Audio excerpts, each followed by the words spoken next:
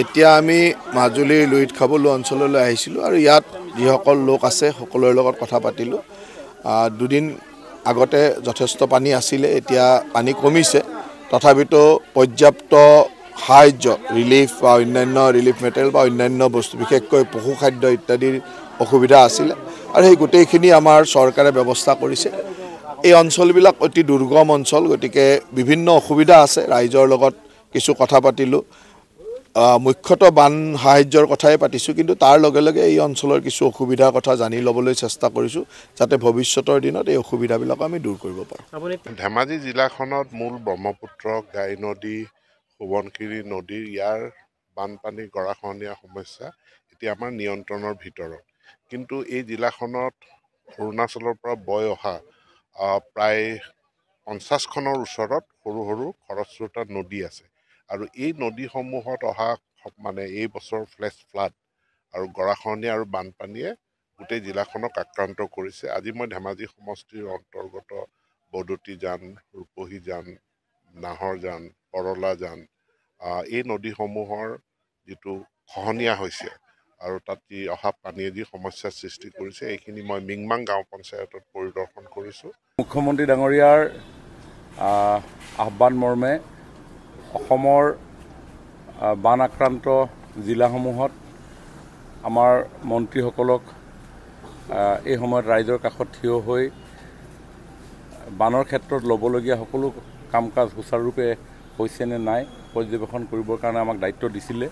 আৰু শিৱসাগৰ জিলাত যোৱা কালিৰে পৰা আমাৰ স্থানীয় শিৱসাগৰৰ জনপ্ৰতিনিধি সুশান্ত বৰগোহাঁই ডাঙৰীয়া, জিলা আয়ুক্ত, বিষয়া কৰ্মচাৰী, ৰাইজ সকলোৰে লগত বিভিন্ন অঞ্চললৈ গৈ আমি পৰিভ্ৰমণ কৰোঁ। আৰু আজি আপোনালোকক জনাব বিচাৰিছোঁ যে প্ৰায় 88,600 গৰাকী লোক শিৱসাগৰ জিলাত এফেক্ট হৈছে, প্ৰায় 117খন গাঁৱত। আৰু ঠিক তেনেধৰণে প্ৰায় বহু হাজাৰ বিঘা মাটিও এই বানৰ কবলত পৰিছে। 34খন অংগনবাদী চেণ্টাৰ আৰু 46খন বিদ্যালয় বানত যথেষ্ট এফেক্ট হৈছে। মই প্ৰায় 4-5 দিন ধৰি পেলাই মই ডিব্ৰুগড়, তিনিচুকীয়া জিলাতে বিভিন্ন ঠাইত পৰিভ্ৰমণ কৰি আছোঁ। যোৱাকালিও হাতীপুলি যি তিনিচুকীয়াত আছিলে, যুদ্ধকালীন গতিৰে ৰাইজ আৰু বিভাগৰ মানুহে তাত কাম কাজ কৰি আছে। আৰু হাতীপুলিটো যদি এইবাৰ যদি কোনো কাৰণ যদি বাচি যায়, তেতিয়াহ'লে আগন্তুক দিনত নিশ্চিত ৰূপত তাত বোল্ডাৰ স্পাৰে হওক বা জিঅ' বেগেৰে কাম কৰা হ'ব। আৰু ঠিক তেনেকৈ টেঙাখাটতো মই ইতিমধ্যে গৈছিলোঁ। এইটো পইণ্টত মই আজি আহিছোঁ আমাৰ তপন গগৈ ডাঙৰীয়াৰ লগত।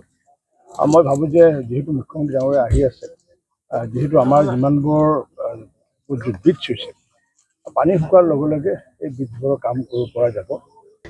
আজি পানপুৰৰ যিটো আমাৰ পানপুৰ হায়াৰ ছেকেণ্ডেৰী স্কুলত যিটো ইয়াত অস্থায়ী শিবিৰ, বানপীড়িত ৰাইজৰ যিটো শিবিৰ পতা হৈছে, আমি শিবিৰ আজি ইয়াত পৰিদৰ্শন কৰিলোঁ। মানুহখিনিয়ে যথেষ্ট নিৰাপদ অনুভৱ কৰিছে। প্ৰথম কথা হ'ল কি যে ইয়াত স্বাস্থ্যৰ কাৰণে যিখিনি ব্যৱস্থা ল'ব লাগে সেইখিনি দিছে। শিশু খাদ্যৰ পৰা আৰম্ভ কৰি গোটেইখিনি ব্যৱস্থা লৈছে। আৰু যিখিনি তেওঁলোকৰ প্ৰয়োজনীয় যিখিনি বস্তু চৰকাৰৰ ঘৰৰ পৰা যোগান ধৰা হৈছে, স্থানীয় বিধায়ক ডাঙৰীয়াই যথেষ্টখিনি মানুহখিনি সহায় কৰিছে।